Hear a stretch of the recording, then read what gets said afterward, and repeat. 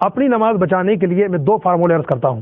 Number 1، یا تو آپ اپنا کپڑا جو پائجامہ پہنتے ہیں یا پینٹ پہنتے ہیں وہ ٹخنے سے اوپر رکھیے، پہلی بات۔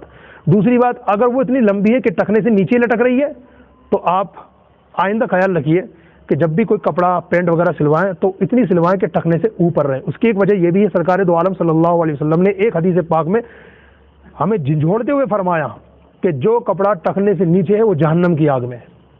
اگرچہ اس سے مراد یہ ہے کہ جو تکبر کے طور پر ٹخنے سے نیچے کپڑا لٹکاتا ہے وہ جہنم کی آگ میں ہے، ٹھیک ہے، اور جس کی تکبر کی نیت نہیں ہے تو مکروہ تنزیہی ضرور ہے لیکن اسے کرنا نہیں چاہیے۔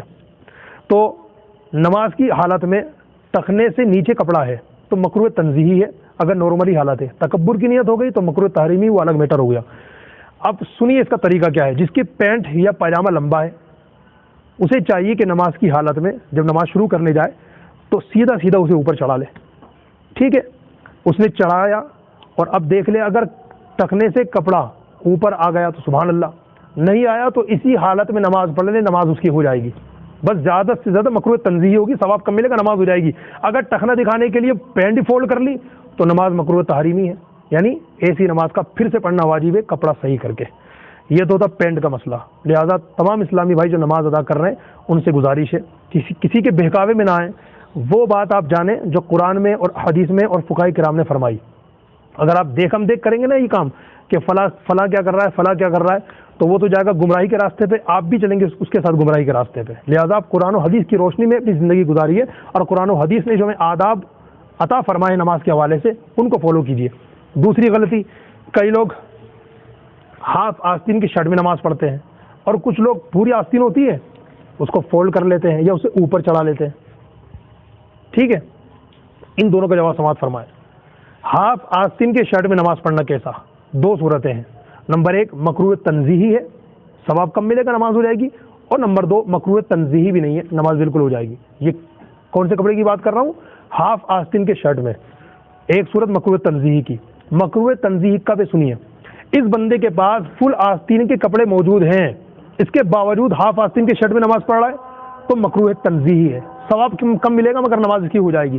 اور جس بندے کے پاس سارے کپڑے ہی ہاف آستین کے ہیں، فل آستین کے ہی نہیں تو مجبوری کی وجہ سے پڑھ رہا ہے تو اس میں کوئی حرج نہیں ہے، اب اس کی نماز مکروہ تنزیہی بھی نہیں ہے، بالکل ہو جائے گی۔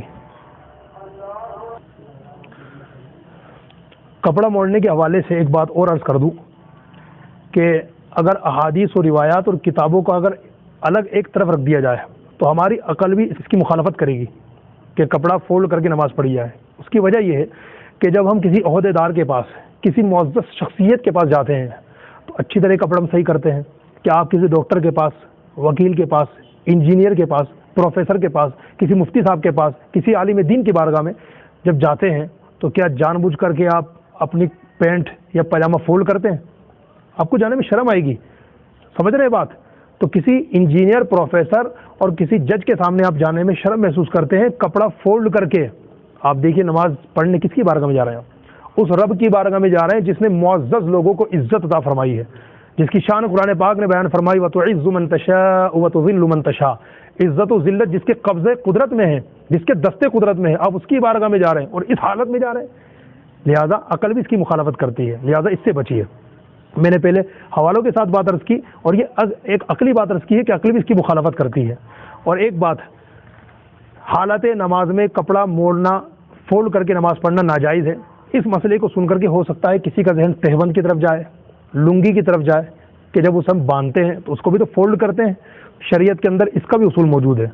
کچھ کپڑے وہ ہوتے ہیں جنہیں بغیر فولڈ کیے پہنا جا سکتا ہے اور کچھ کپڑے وہ ہوتے ہیں جنہیں بغیر فولڈ کیے نہیں پہنا جا سکتا۔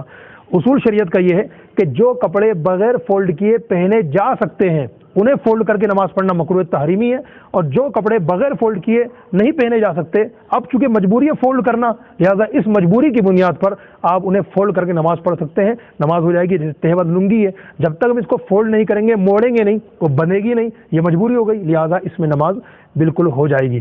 ایک آخر میں یہ بھی عرض کر دوں کہ اگر کسی کے ذہن میں سوال آئے کہ یار میری ساری کی ساری پینٹ لمبی ہے لیکن اب میں یہ چاہوں کہ میں اس کو چھوٹا کر لوں، تو اس کے ذہن میں یہ بات ہے کہ کیسے چھوٹا کریں، تو اس کو کاٹ لوں نیچے سے کہ ٹخنے سے اوپر ہو جائے، بالکل یہ بھی کر سکتے ہیں آپ۔ اور آپ چاہیں تو ایک یہ بھی کر سکتے ہیں کہ جو پینٹ آپ کی لمبی ہے نا، ٹخنے سے نیچے لٹک رہی ہے، آپ اسے اندر فولڈ کر لیں اور اندر فولڈ کر کے آپ اس کو سی لیں، فولڈ ہو گئی، مگر یہ فولڈ ہونا ٹیمپریری نہیں ہے، یہ پرماننٹ ہو گئی، ٹھیک ہے، اس میں نماز بالکل ہو جائے گی۔ اور پہلی صورت میں یعنی جو میں نے پہلے مسئلہ عرض کیا کہ آپ پینٹ فولڈ کر کے نماز پڑھتے ہیں اور نماز کے بعد پھر پینٹ صحیح کر لیتے ہیں، تو یہ صورت مکروہ تحریمی کی ہے۔ اللہ تعالی ہم سب کو اپنے دین اپنی مرضی کے مطابق نماز ادا کرنے کی توفیق عطا بھی فرمائے، اور اللہ پاک محبوب کریم صلی اللہ علیہ وسلم کی مقبول نمازوں کے صدقے میں ہماری نمازیں قبول فرمائے۔